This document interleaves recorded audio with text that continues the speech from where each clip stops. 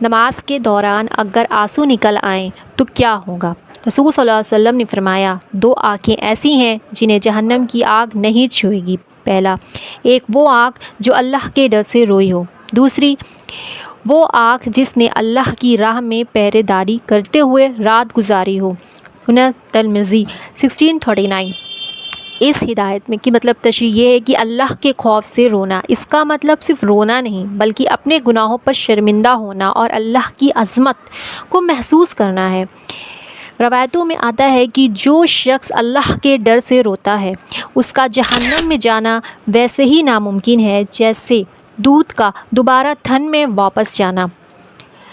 تنہائی میں رونا، صحیح بخاری کی حدیث ہے کے مطابق ایسا شخص کو قیامت کے دن اللہ اپنے عرش کا سایہ نصیب فرمائے گا۔ ایک شخص تھا، اس نے اپنے بیٹے سے کہا کہ میں مر جاؤں نا تو میری جو ہے مجھے جلا دینا اور میری راکھ کو جو ہے نا آسمان میں بھی پھینک دینا اور کچھ جو ہے نا کیا کہتے ہیں سمندر میں پھینک دینا، ندی میں بہا دینا اور کچھ جو ہے مٹی میں ملا دینا۔ تو پھر جب اس کی موت ہو گئی، انتقال ہو گیا، تو اس کے بیٹے نے ایسا ہی کیا۔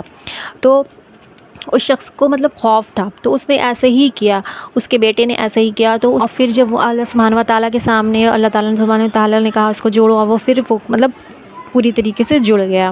تو پھر اس کے بعد اس نے جو ہے اللہ تعالیٰ نے اس سے پوچھا کہ تم نے ایسا کیوں کہا تھا، ایسے کیوں کروایا کہ مجھے جو ہے جلا دینا اور میری جو ہے اس راکھ کو جو ہے سمندر میں پھینک دینا اور آسمان میں جو ہے ہوا میں اڑا دینا اور زمین میں وہ کر دینا کیوں کہا تھا؟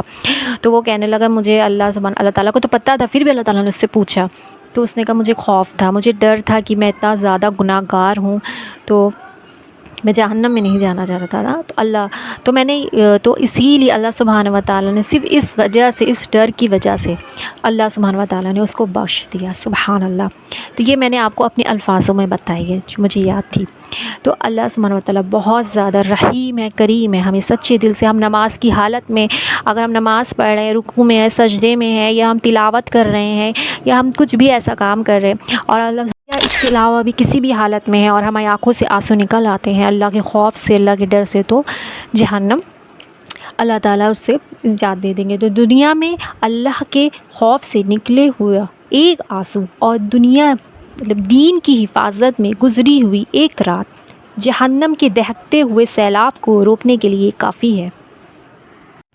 یہ لائن ہمیں یاد دلاتی ہے کہ اللہ تعالیٰ کے نزدیک ہمارے جذبات اور ہماری محنت کتنی قیمتی ہے۔